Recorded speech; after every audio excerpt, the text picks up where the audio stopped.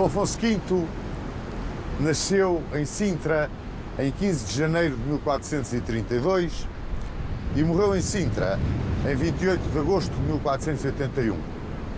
Filho de Dom Duarte e de Dona Leonor de Aragão, chamaram-lhe o africano, porque foi aqui no norte da África que ele teve o cenário principal da sua atividade como monarca, do seu reinado.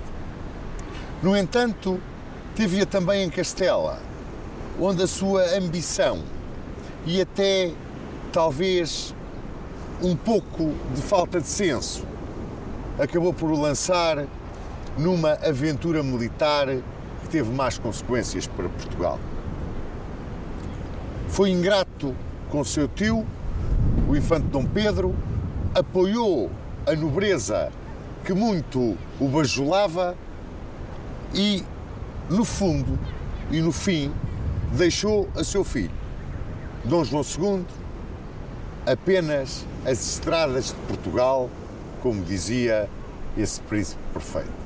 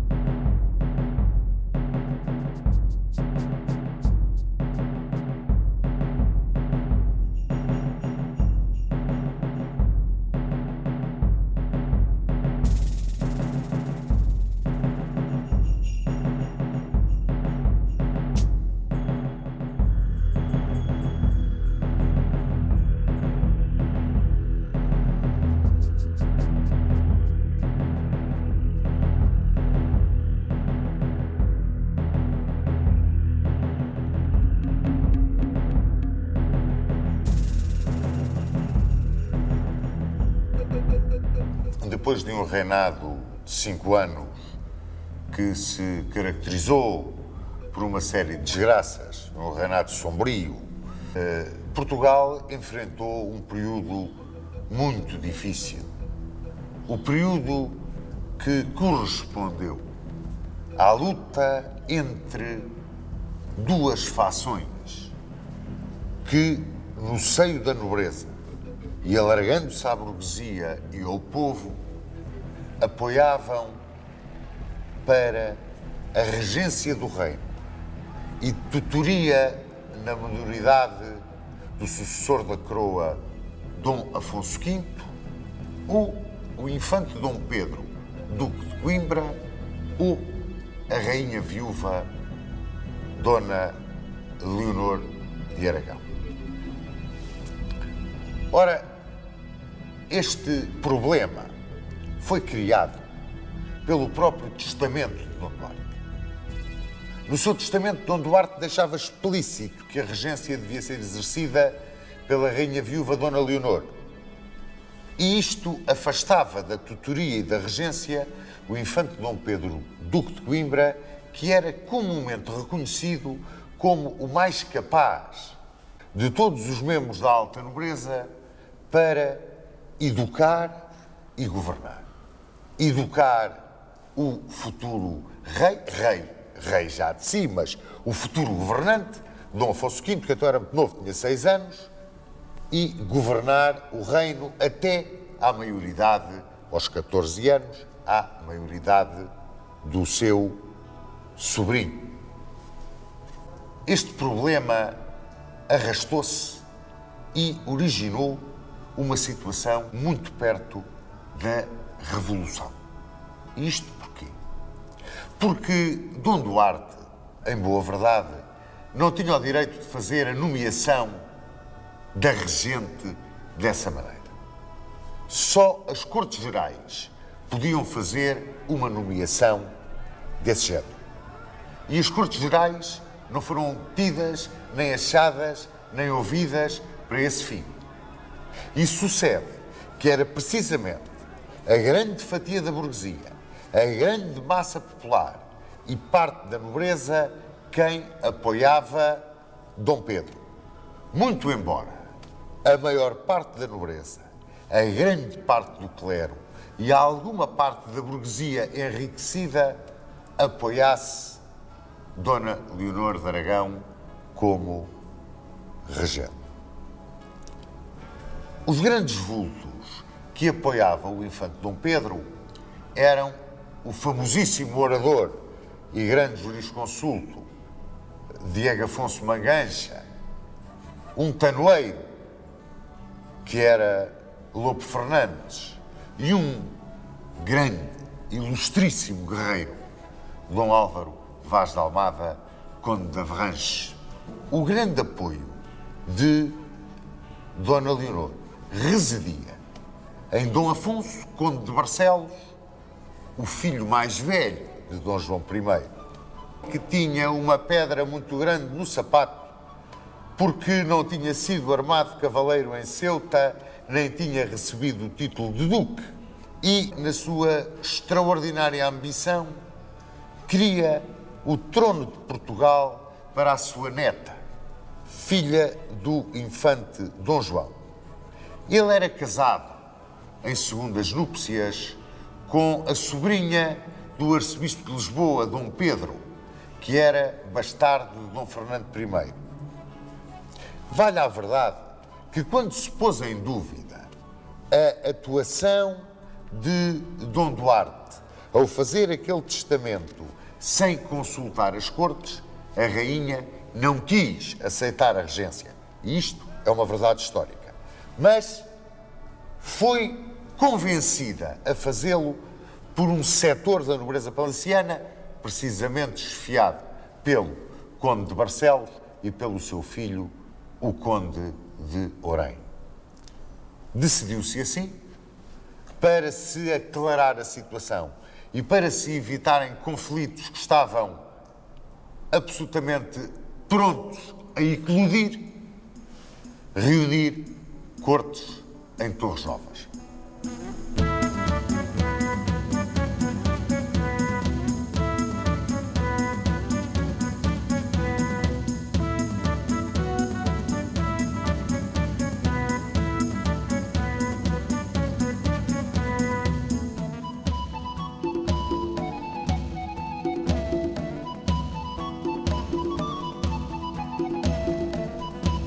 Em novembro de 1438, reuniram-se Cortes Gerais no Largo da Igreja de Santiago, em Torres Novas. Tomou da palavra o doutor Vasco Fernandes de Lucena para expor as razões por que se reuniam aquelas cortes, ressaltando da necessidade de se tratar da tutoria de Dom Afonso V. Mas quem teve uma atuação perfeitamente definida e decisiva nessas cortes foi o infante Dom Henrique. Graças à sua intervenção, acordou-se que Dom Pedro sairia de Torres Novas defensor do reino. A rainha viúva Dona Leonor de Aragão sairia com o governo dos ofícios e da administração. E o conde de Arraiolos, filho do conde de Barcelos, saía com a direção das justiças. Assim, de Torres Novas para a opinião geral para a grande opinião da nação, parecia que tudo corria no melhor dos mundos. No entanto, Dom Pedro saía daquelas cortes gerais sem qualquer poder efetivo, uma vez que os cargos de real valia, que tinham real importância na direção dos negócios de Estado e a tutoria e educação do novo monarca, pertenciam à rainha viúva Dona Leonor de Aragão. Para além destas disposições, ficou acordado que Dom Afonso V tomaria a governação plena quando fizesse 14 anos.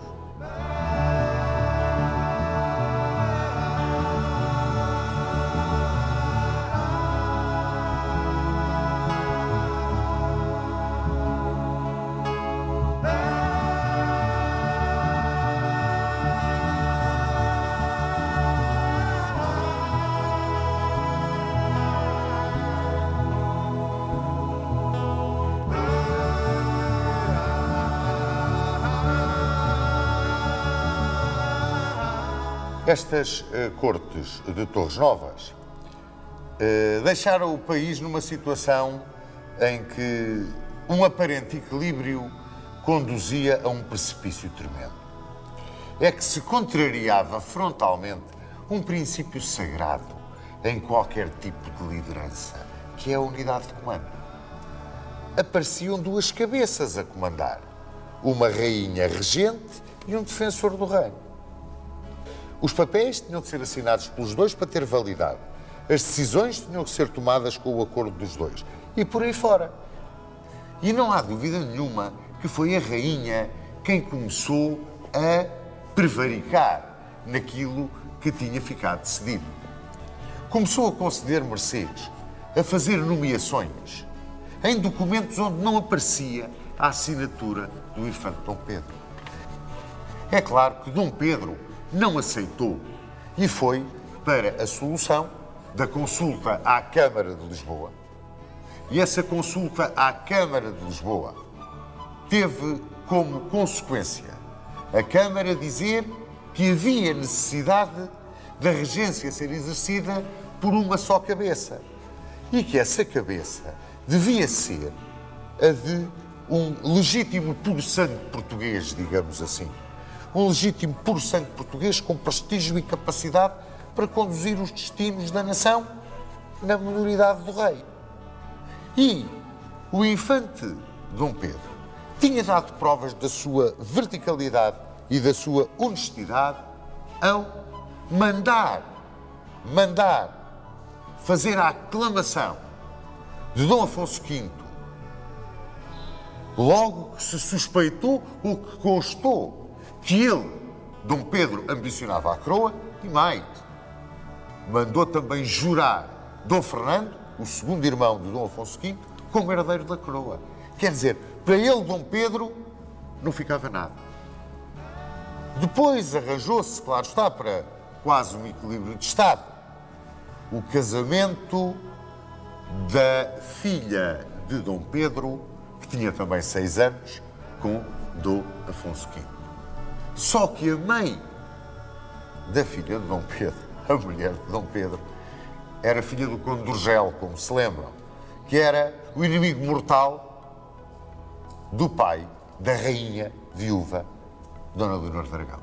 E isso criava uma tremenda antipatia entre os cunhados. Pode-se quase dizer, eles não se podiam nem ver.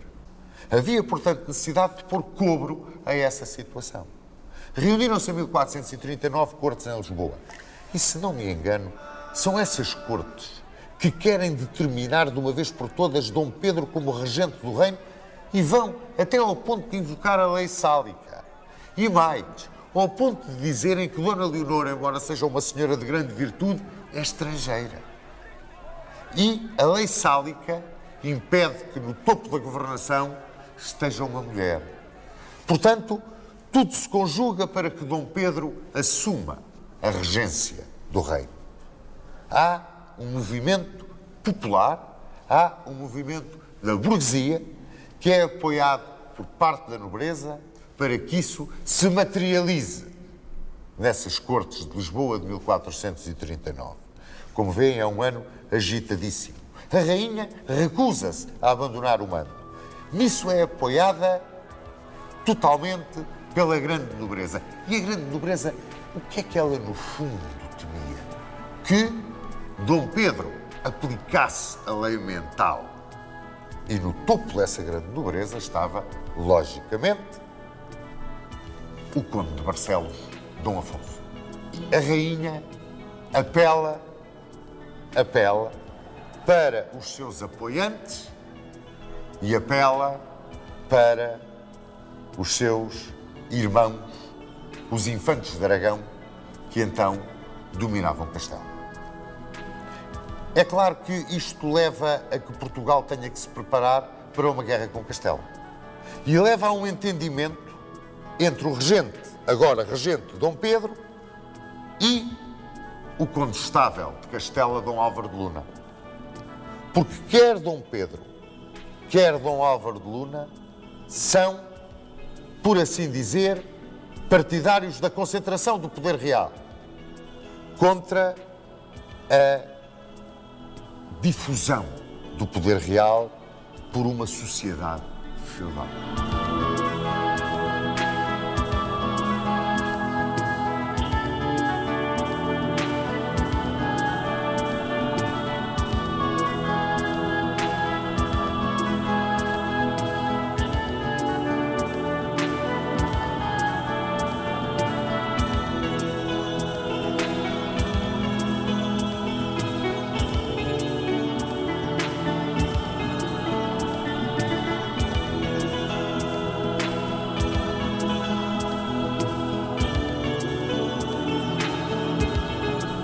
Como última arma a empregar para a manutenção do poder, a rainha resolveu lançar o dissídio entre os irmãos.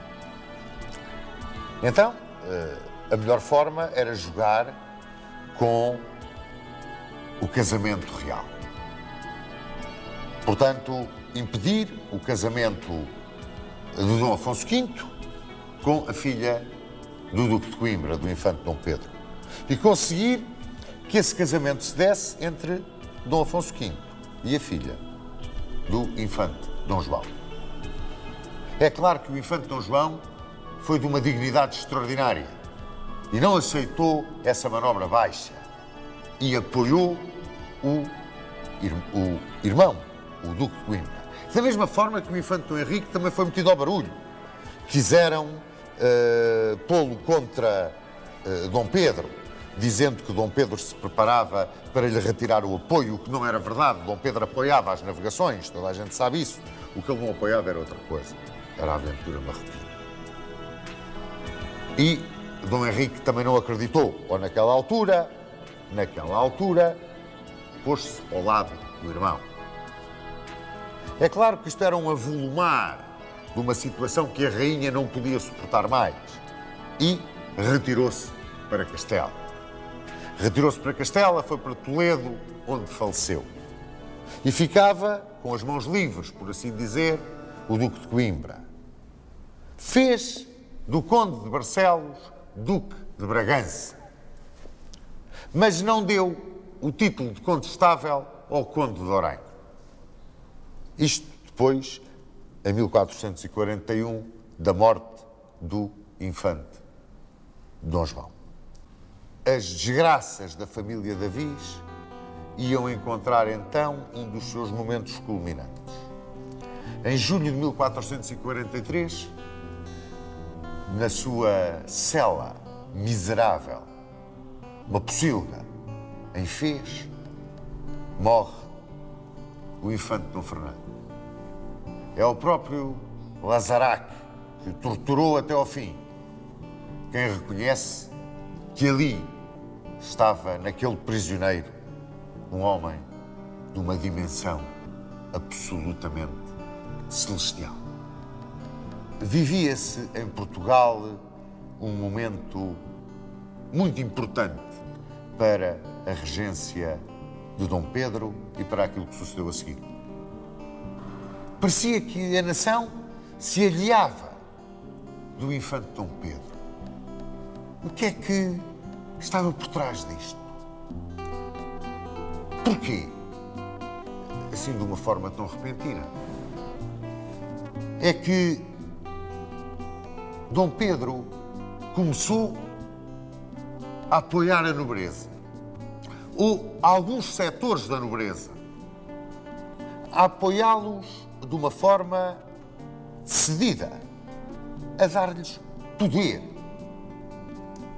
Talvez porque Dom Pedro sonhava com um Portugal dividido em regiões, digamos assim, governadas por nobres muito poderosos que seriam responsáveis perante o rei. Mas Portugal é demasiadamente pequeno para poder ser dividido em países.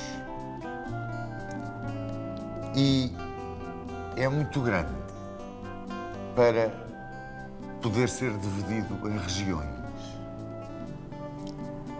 Esta ideia do professor Borges de Macedo é curiosíssima e aplica-se precisamente àquilo que sucedeu ao infante Dom Pedro. É que o infante Dom Pedro contrariou, na sua ideia de divisão de Portugal, contrariou frontalmente a tradição mais arraigada no povo português desde a fundação da nacionalidade, que é a tradição municipal. E quando Dom Pedro, sogro do rei de Portugal, entregava o poder a um jovem monarca de 14 anos, viu como a nobreza, a quem ele não tinha aplicado convenientemente a lei mental e que ele, em muitos casos, tinha engrandecido, agora o punha de lado, o olhava de lado como um inimigo a abater e rodeava um jovem monarca que tinha ideias rocambolescas, que estava vocacionado para as aventuras mais incríveis. Tudo se preparava, portanto, para o confronto que era inevitável entre o monarca, Dom Afonso V, e o sábio príncipe, Dom Pedro, Duque de Coimbra.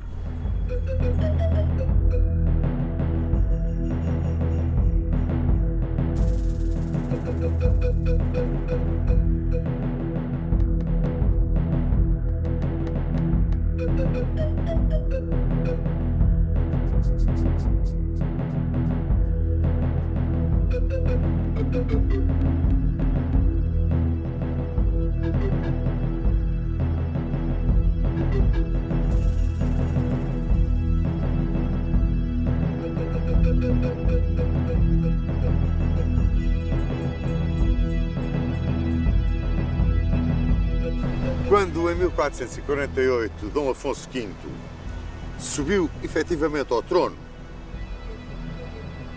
era um jovem de 16, 15 anos, extremamente ambicioso, valente, desembaraçado, mas muito influenciável. E aqueles que o rodeavam e mais o influenciavam procuravam sempre virá-lo contra o tio, o ex-regente, intrigando, mentindo, preparando um ambiente extremamente tenso entre tio e sobrinho. Primeiro intrigavam junto do rei dizendo que o Duque de Coimbra tinha arranjado maneira de ter a filha como rainha, Dona Isabel como mulher de Dom Afonso V. Depois, porque Dom Pedro, filho do infante Dom Pedro, era o condestável do reino. Portanto, se Dom Afonso V visse bem, o tio detinha as rédeas de toda a decisão. Intrigavam também dizendo que ele tinha sido um péssimo administrador, tinha malbaratado o erário, se calhar até teria roubado, era um homem com conversações estranhas com Castela e muito provavelmente estaria envolvido em envenenamentos da morte de Dom Duarte e de Dona Leonor de Aragão, os pais de Dom Afonso V. É claro, o rei, influenciável como era, tinha aquilo que nós podemos dizer, naquela moça idade, uma má cabeça. Era um homem que não tinha ponderação, era um homem que reagia ao primeiro impulso e, influenciado como estava, decidiu aceitar todas aquelas intrigas do arcebispo de Lisboa até ao duque de Bragança, toda a alta nobreza, e expulsar o tio da corte, deixando de o ter ao seu lado no governo do rei. Por trás de toda esta intriga, o que estava na realidade era uma vingança, ódio, rancor e uma nobreza ansiosa por explorar precisamente essa má cabeça, essa impulsividade, essa falta de calo de Dom Afonso V para recuperar todo o seu poder e, se possível, alargá-lo, apagando todos os efeitos da lei mental que o infante Dom Pedro tinha implementado e aplicado no sentido, precisamente, de tirar poder à nobreza, de tirar poder ao alto clero, retirando-lhes terras e benefícios que tinham recebido dados por Dom João I e centralizar o poder, o verdadeiro poder, a decisão, a capacidade de governação na pessoa do rei. Portanto, Dom Afonso V, além de tremendamente injusto, ainda dava um tiro no pé, como nós costumamos dizer, ao atacar, demitir e pôr de parte o infante Dom Pedro, Duque de Coimbra. Tinha o Duque de Coimbra um grande amigo, que era Dom Álvaro Vaz de Almada, Conde de Avranches na Normandia, uma das primeiras lanças de Portugal, ao mesmo tempo um pensador e um homem de cultura. Era uma figura exemplar da corte portuguesa.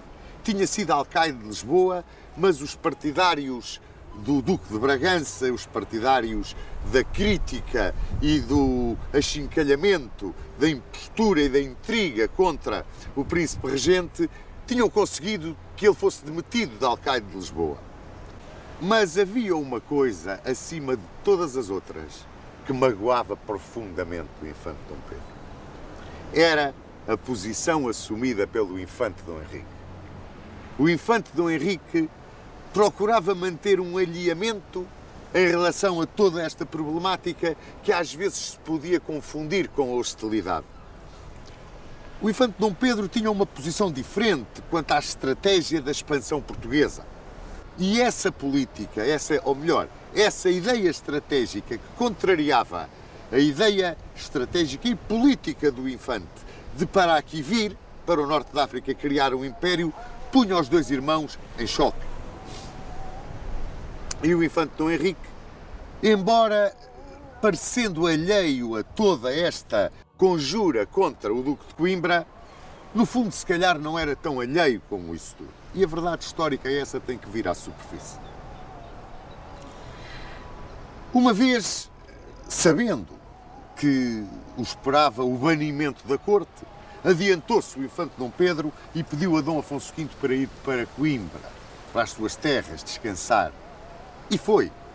Mas mesmo aí, aquela grande nobreza que estava sedenta de vingança, inclusivamente sedenta dos bens do próprio infante Dom Pedro, continuou a conspirar e a provocá-lo. Bem pedia a rainha Dona Isabel ao pai para ter uma atitude de conciliação com o rei, informava-o de como é que a nobreza preparava a sua queda, as armadilhas que lhe punha no caminho. Mas Dom Pedro era, no fundo, um homem de uma envergadura extraordinária, talvez o último grande vulto da Idade Média portuguesa, mas era um guerreiro, naturalmente era um guerreiro também.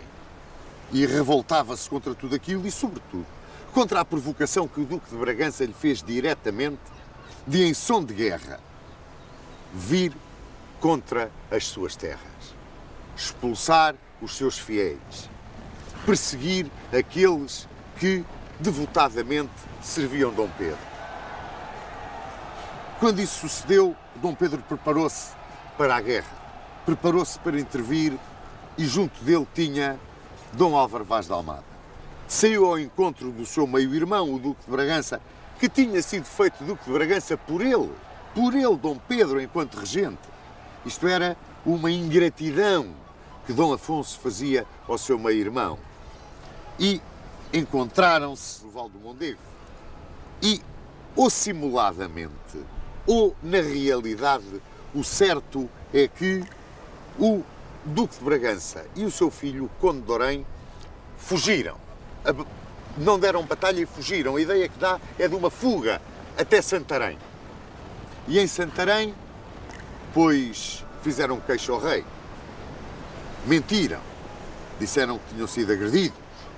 E mais, que o condestável Dom Pedro também estaria metido nesse complô para usurpar a coroa. Dom Pedro, que logo que o soube, o filho do Duque de Coimbra, logo que soube disto, foi para Castela, internou-se em Castela, não pediu ajuda a ninguém, não aceitou a ajuda de ninguém, pois com o choque evidente, o Duque de Coimbra e Dom Álvaro Vaz de Almada saíram com uma pequena hoste da terra do ex-regente, passaram pela batalha, onde Dom Pedro rezou junto do túmulo dos pais de Dom João I e Dona Filipa de Lencastre, e por Leiria e Alcobaça, onde o abade o recebeu de braços abertos porque o adorava, caminhou para Lisboa.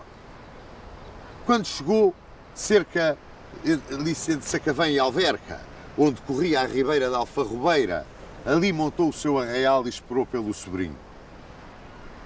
E Dom Afonso V avançou contra ele, contra o rebelde, em som de guerra, com a hoste real formada, acompanhada por todos os seus, por alta nobreza, os Braganças, o Conde de Odmira e, o que mais magoava, o infante Dom Pedro, o próprio infante Dom Henrique. É desculpável a atitude do infante Dom Henrique. Ele queria ter na mão o sobrinho, queria o controlar para poder continuar a sua obra de expansão, de descobrimento, de conquista. Feriu-se então o combate de Alfarrobeira. É claro, a hoste real era tão poderosa, era tão grande, a hoste do infante tão pequena, o encontro de Alfarrobeira não teve história. Morreu o infante Dom Pedro. E quando foram dizer a Dom Álvaro Vaz de Almada que o seu amigo como irmão estava morto no campo de batalha, ele esporeou o cavalo, atirou-se contra as forças do rei, foi derrubado por aquela superioridade imensa que o rei tinha ao seu lado, e quando estava no chão, virou-se para aqueles que o iam matar e teve uma frase que nós hoje tantas vezes dizemos: fartai vilanagem. O grande vencedor de Alfarrobeira não foi Dom Afonso V. Dom Afonso V ganhou com a força toda que tinha ao lado, mas houve uma nobreza toda poderosa que sai vencedora de Alfarrobeira. Outro dos vencedores é, sem dúvida, o infante Dom Henrique. O infante Dom Henrique porque consegue ali a materialização daquilo que ambicionava.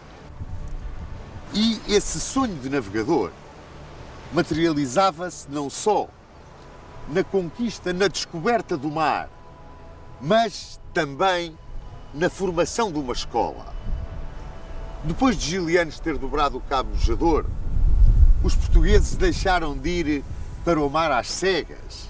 Eles já sabiam como podiam ir.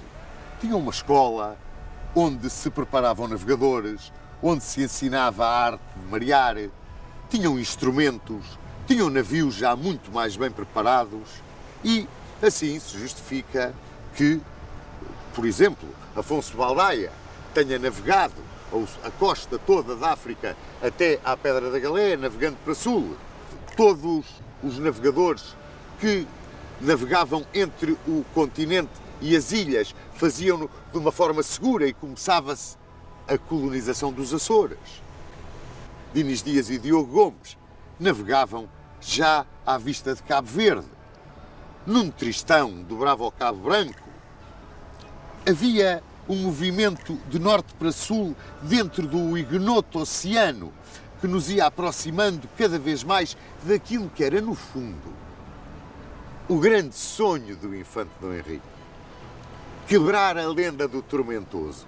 A lenda ou as lendas, porque havia quem dissesse que para além do tormentoso era o inferno, mas também havia quem dissesse que para além do tormentoso era o paraíso.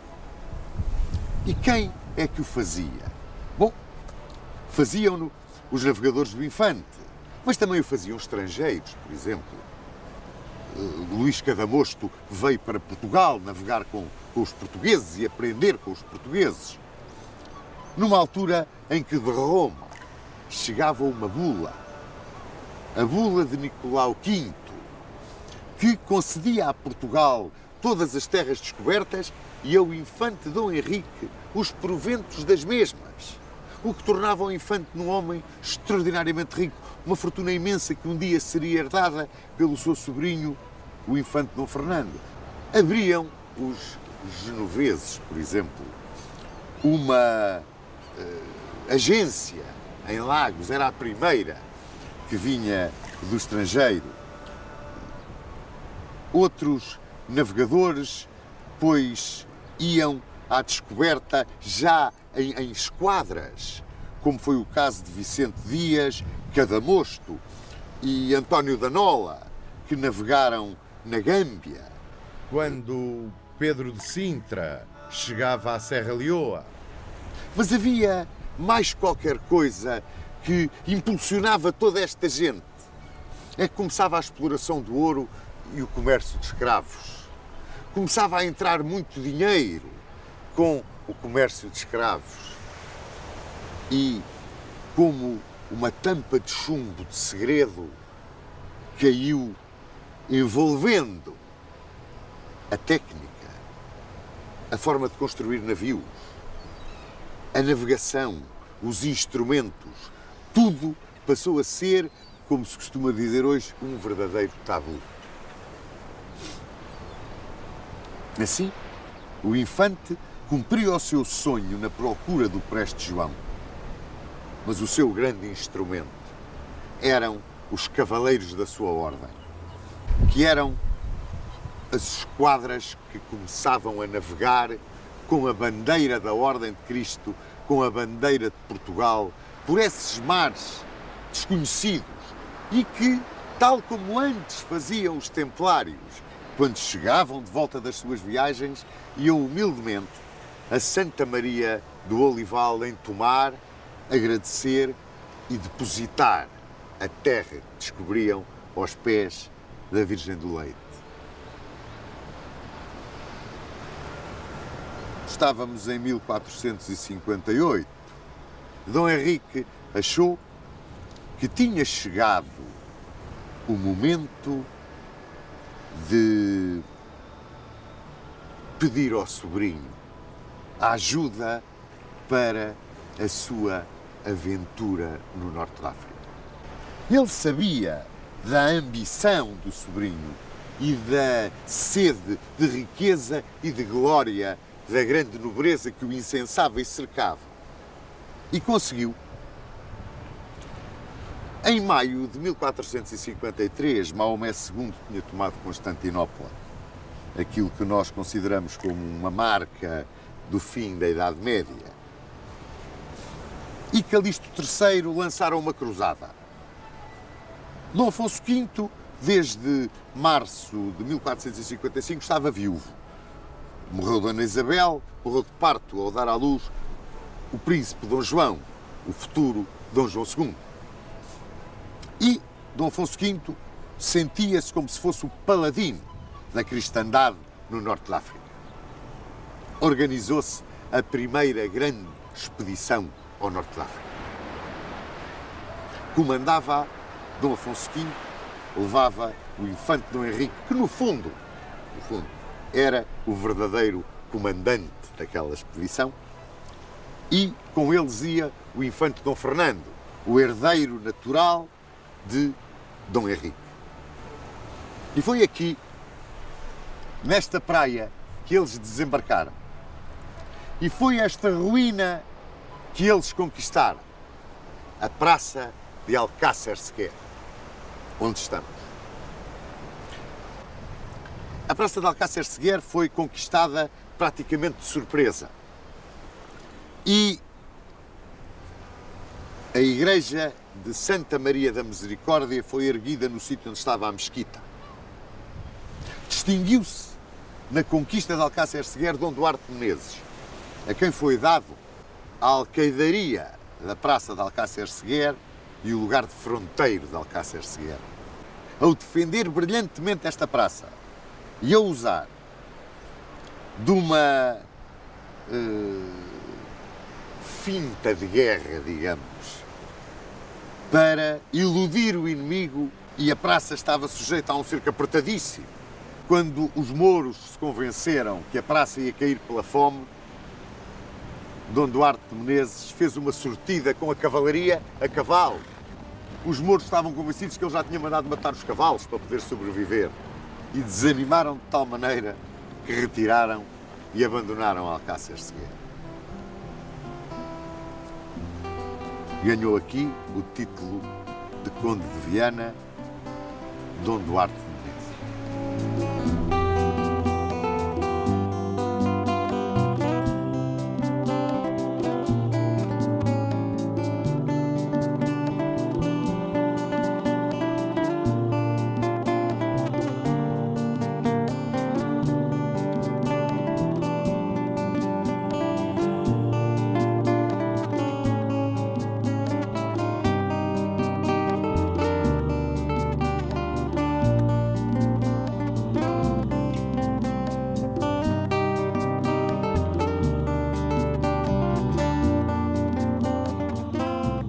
A vida do infante Dom Henrique estava perto do fim.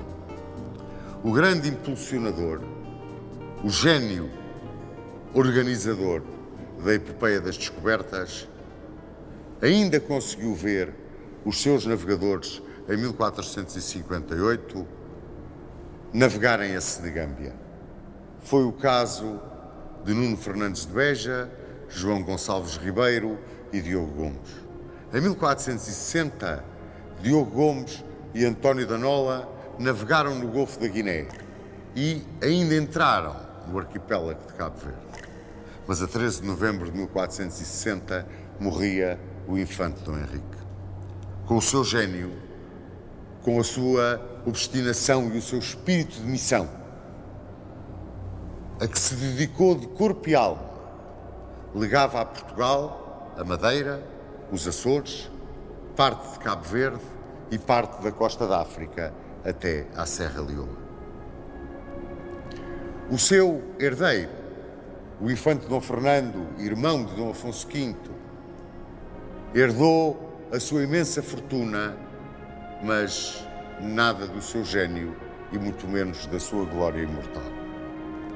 Ainda assim, custeou algumas viagens, algumas explorações. Ainda em 1461, Diogo Afonso navegou no arquipélago de Cabo Verde. Em 1462, Pedro de Sintra navegou na costa africana, mas nesse mesmo ano de 1462, o veneziano Cadamosto abandonou Portugal e os descobrimentos quase caíram no esquecimento. Fica, no entanto, a lembrança eterna do navegador.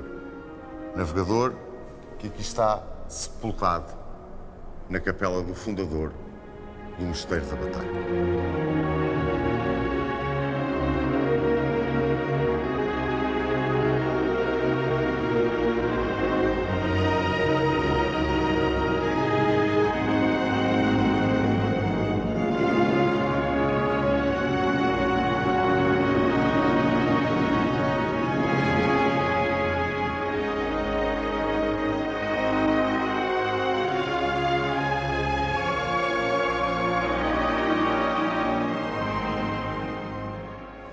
Corria o ano de 1463 e a Lisboa chegavam muitos avisos feitos por Dom Duarte de Menezes, aqui o alcaide de Alcácer Seguer, acerca da dificuldade de conquistar Tânger, acerca dos perigos que encerrava a conquista de Tânger. Mas Dom Afonso V não queria ouvir nada. E em 7 de novembro de 1463, ele saiu para essa expedição contra Tânger.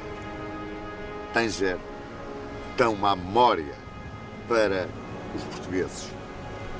Esta expedição saiu bem, não teve problemas na partida, porque a outra, a anterior, a de 1458, essa tinha tido a atrasá-la uma grande peste que assolou Lisboa. Mas esta agora, esta expedição de 1463 parecia abençoada. Tudo correu bem. E com ele iam os melhores cavaleiros. E o Conde de Odmira, o Duque de Bragança com todos os seus filhos. Mas a resistência de Tânger foi de tal ordem que não a conseguiram tomar. Mesmo com o infante Dom Fernando avançando sozinho contra uma porta de Tânger e sendo salvo pelos seus cavaleiros num episódio de grande galhardia militar, mas completamente inútil para fazer cair a praça. E Dom Afonso V deu ordem de retirar aqui para Alcácer Seguer e entregou o comando da cobertura dessa retirada a Dom Duarte de Menezes. E Dom Duarte de Menezes morreu em combate, a defender, aqui cerca de Alcácer Seguer, a retirada do rei para Portugal, depois de repelido diante de Tânger. Mas nesta altura, a sua atenção era chamada para a situação em Castela. Henrique IV de Castela era casado com uma irmã de Dom Afonso V, Dona Joana de Portugal. Não se davam bem, havia grandes problemas, a nobreza não gostava nada da rainha, o rei também gostava muito pouco, constava-se que tinha uma amante, Dona Guiomar, e criou-se ali em Castela uma situação de grande tensão e quase de guerra civil. Queriam derrubar o rei porque diziam que ele era incompetente. E a única pessoa que defendia o rei dentro da alta nobreza, digamos, era Dom Bertrand de la Cueva. E este Dom Bertrand de la Cueva era acusado na intriga de corte de ser amante da rainha. Acontece que Dona Joana de Portugal engravidou e nasceu uma menina, a que foi posto o nome de Joana.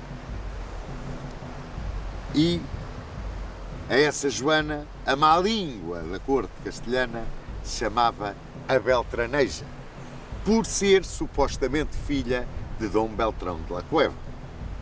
O homem que, quando a guerra civil contra Henrique IV de Castela realmente eclodiu, a venceu. A venceu. Manteve a coroa na cabeça de Henrique IV e foi feito Duque de Albuquerque. Mas os revoltosos não desistiram, não desanimaram e foram oferecer a coroa de Castela à irmã de Henrique IV, a infanta Dona Isabel. Ao mesmo tempo, mais ou menos, em que o filho do Duque de Coimbra, Dom Pedro, que tinha sido condestável de Portugal e tinha procurado refúgio em Urgel, e tinha sido Conde de Urgel, casado com a filha do Conde de Urgel, como bem se lembra. Morria, dizem que envenenado, abrindo a união de Urgel a Aragão, onde reinava Fernando de Aragão. Isabel de Castela aceitou a coroa, mas impôs uma condição. Toda a nobreza tinha que prestar homenagem a Henrique IV. E ela o que aceitava era ser a herdeira da coroa de Castela. A nobreza aceitou exigiu-se a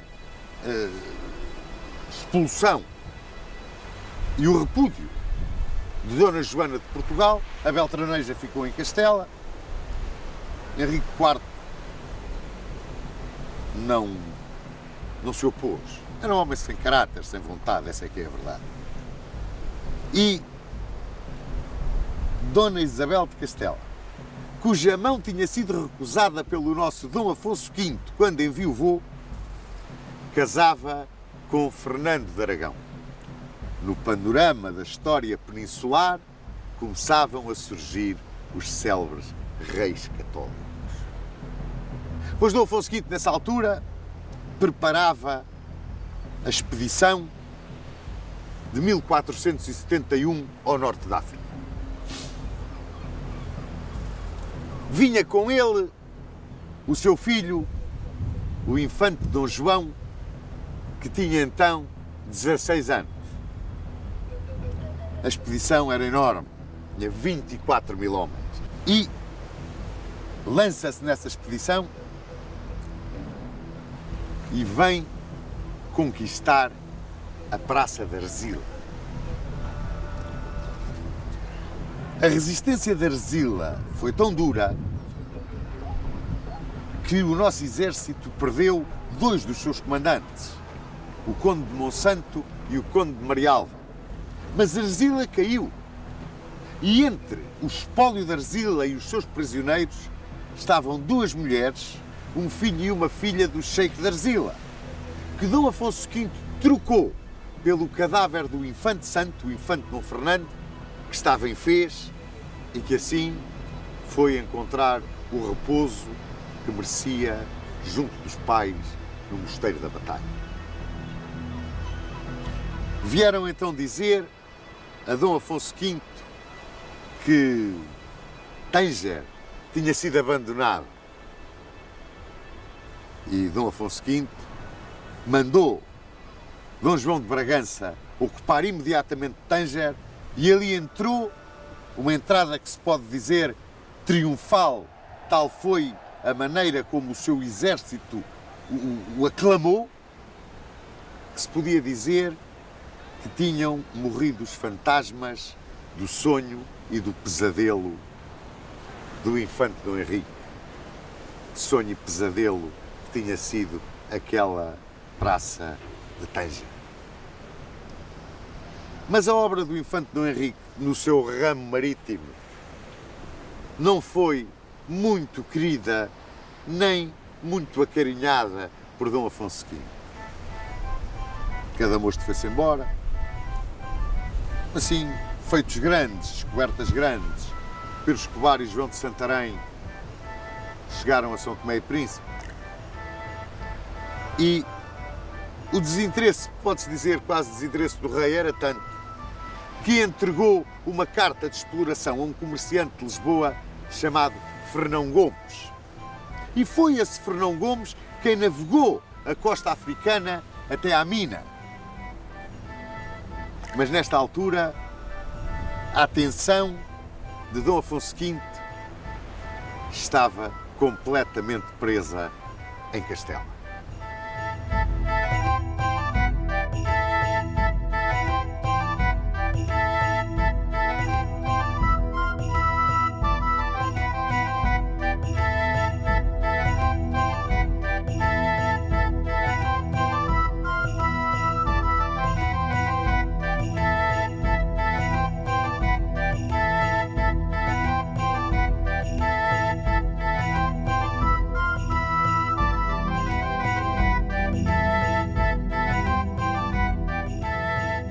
Quando morreu Henrique IV de Castela, deixou em herança a coroa a Dom Afonso V.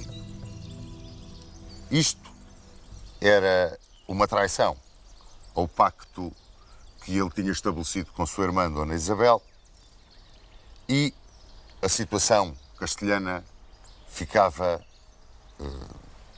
muito complicada. Isto também porque uma das cláusulas, se não a principal, da herança por parte de Dom Afonso V da coroa castelhana era o casamento do monarca português com a Beltraneja. Dom Afonso V, que estava em Estremoz, aceitou as condições para herdar a coroa castelhana, ao mesmo tempo que Isabel era aclamada solenemente em Sevilha rainha de Leão e Castela. A ela foi-se juntar o seu marido, Fernando de Aragão, que combatia no Roussillão na altura, e também em Sevilha foi aclamado com a sua mulher. Juntava-se assim a Espanha pela união das coroas de Castela, Leão e Aragão. Ora, apoiavam Dom Afonso V vários grandes de Espanha. O arcebispo de Toledo, o duque de Arévalo, o marquês de Cádiz, o mestre de Calatrava e, acima de todos, como, digamos, chefe deste partido da Beltraneja, como era conhecido, o marquês de Vilhena. Então, Dom Afonso V fez um tratado com Luís XI de França, mediante a cessão de Biscaia à França e contra um ataque dos franceses ao norte da Espanha, e saindo de Arronches com um exército de 14 mil homens, foi a Placência casar-se com a Beltraneja.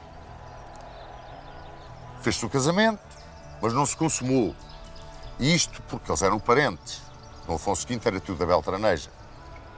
E a autorização do Papa ainda não tinha chegado para que permitisse esse casamento. E também isto porque Fernando e Isabel, através dos cardeais afetos a Castela, na corte pontifícia, procuravam impedir de qualquer maneira que essa autorização fosse dada. Com a entrada das forças portuguesas em território castelhano, os castelhanos retaliaram e atacaram na fronteira do Alentejo. Tomaram Oguela e Arronches. E imediatamente os portugueses atacaram no Minho e tomaram Tui e Baiona. Estava lançada, portanto, a guerra entre Portugal e o nascente reino espanhol. Essa guerra foi um exemplo de inépcia e de erros sucessivos de condução de operações. Uma das cidades mais importantes na altura de Castela era precisamente a cidade de Toro, onde nós nos encontramos. E esta cidade, ao dar voz por Dom Afonso V, levou a que o rei português para aqui viesse. Ele saiu de Placência, por Arévalo, para Toro. E chegou a Toro para tomar posse da cidade que tinha dado voz por ele. Acontece que o alcaide do castelo de Toro era do partido contrário, era do partido isabelino. E defendeu-se, não entregou o castelo. E imediatamente Isabel começou a concentrar forças. Ela tinha um exército que quase que não existia. Basta dizer que na altura o exército o espanhol tinha 1500 cavalos. Não tinha mais cavalaria do que isto. E Dom Afonso V, que bem podia ter explorado a fraqueza do inimigo e atacar na direção do sul de Castela e ocupar definitivamente todo o reino, não. Ficou entre o Toro e Zamora, que também tinha dado voz por ele, passeando-se neste seu triunfo aparente, mas permitindo que o inimigo fosse levantando cada vez mais tropas. Isto porque, entre outras coisas, Isabel proclamara a Guerra da Independência. Era, portanto, uma situação que Dom Afonso V tinha que resolver, se a seu favor, o mais rapidamente possível. Não o fez. Burgos, inclusivamente, deu voz por ele.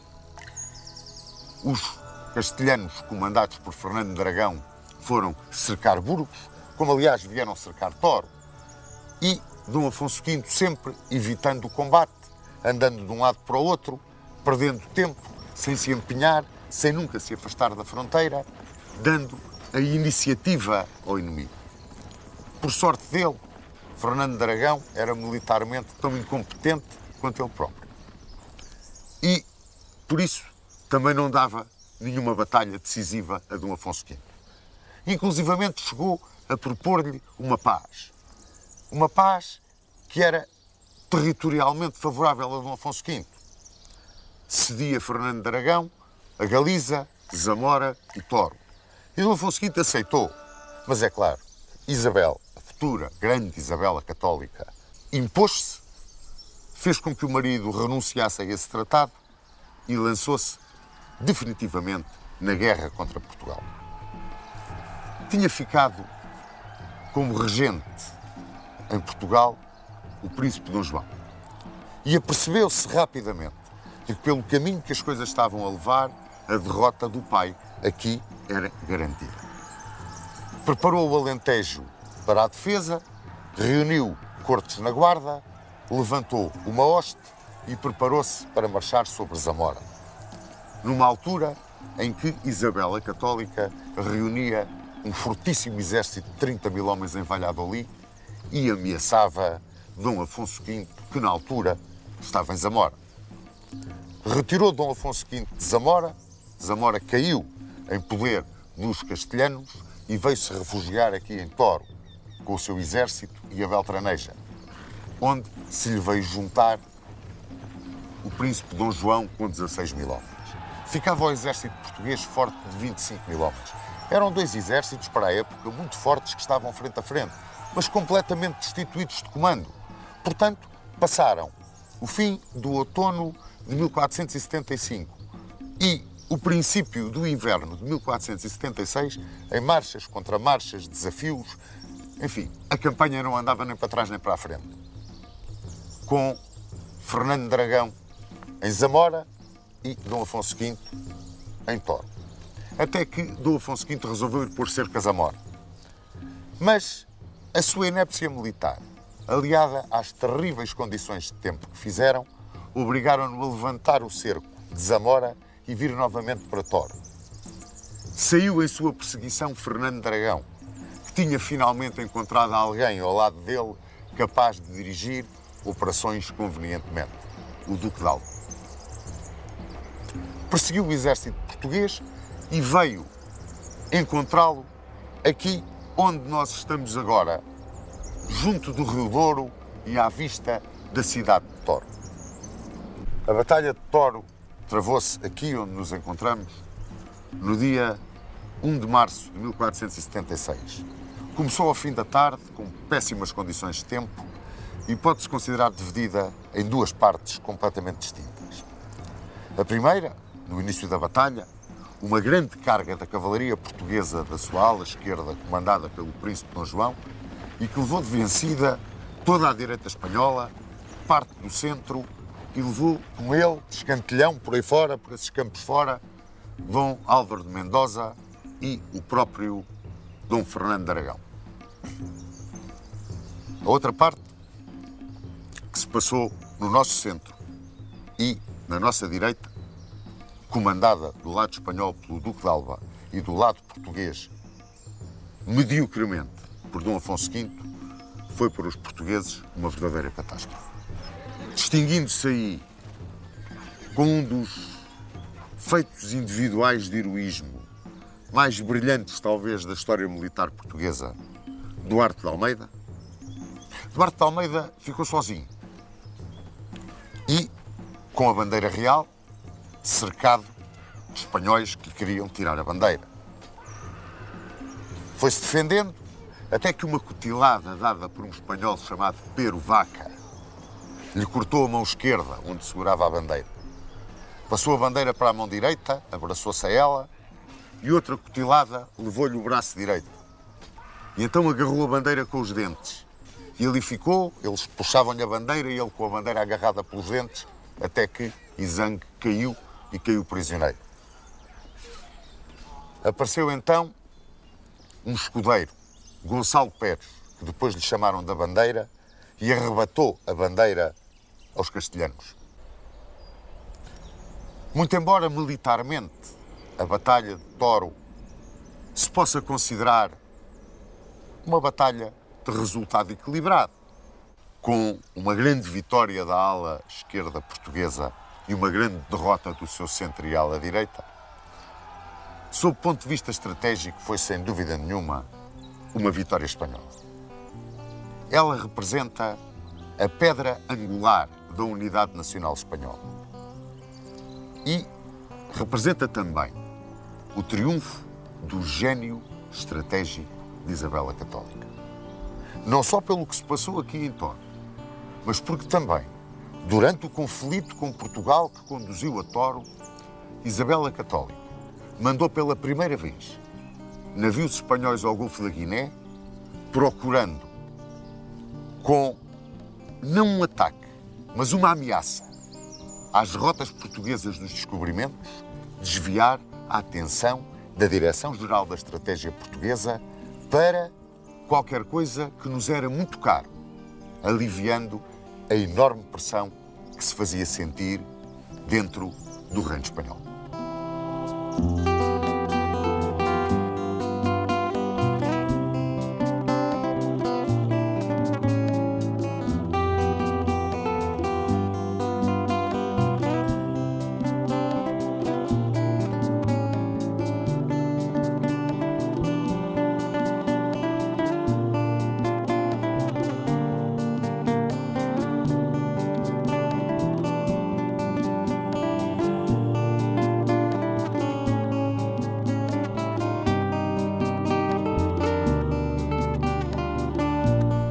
Depois da Batalha de Toro, Dom Afonso V decidiu procurar o apoio de Luís XI para a sua causa.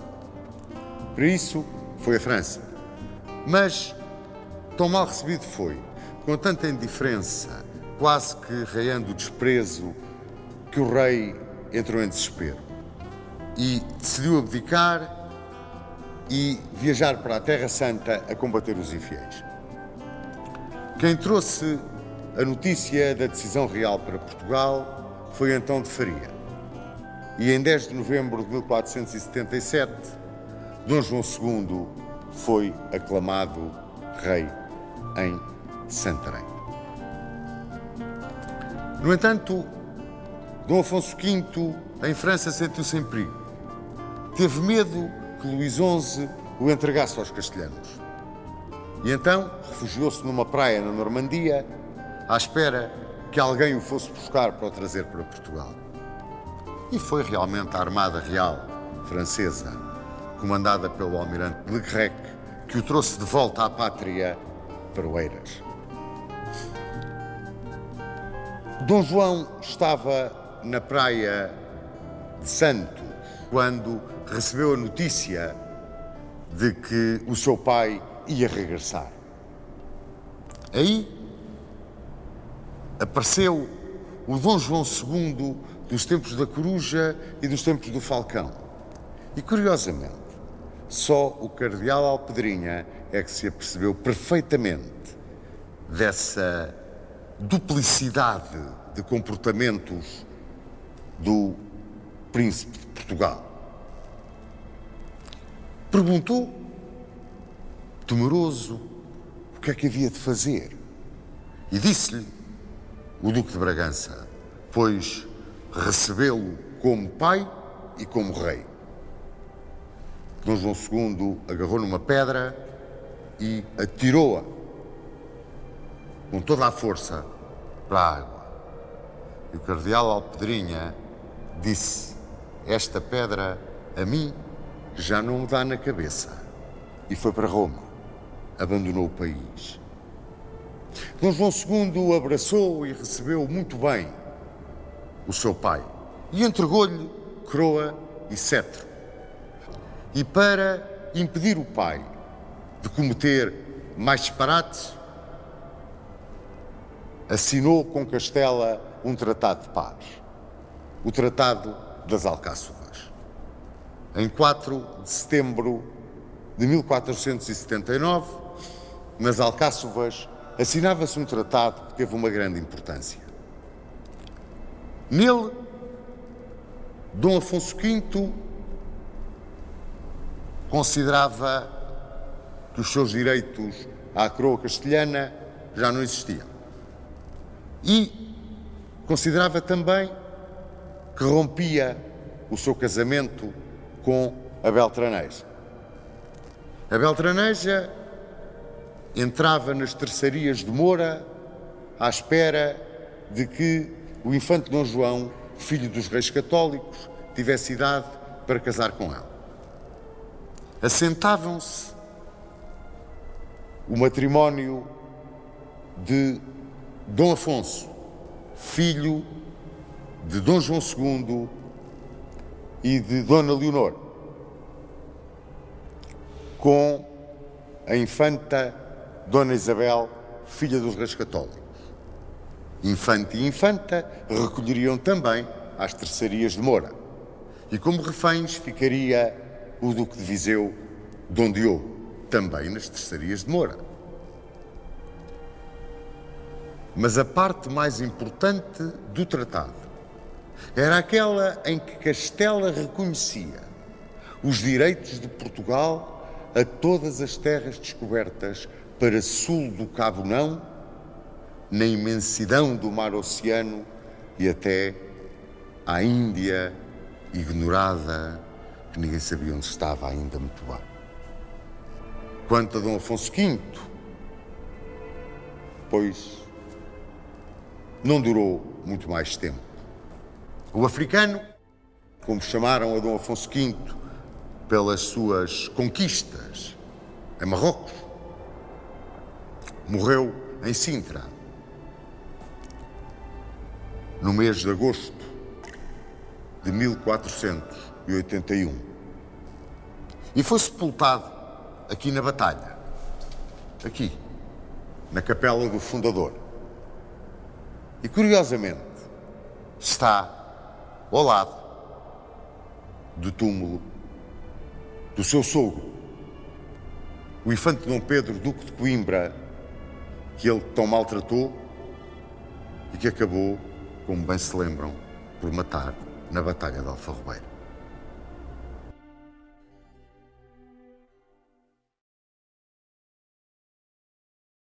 Chegámos a um reinado que eu acho digno de um estudo muito pormenorizado. E é pena no nosso trabalho não o podermos fazer. É o reinado de Dom Afonso V.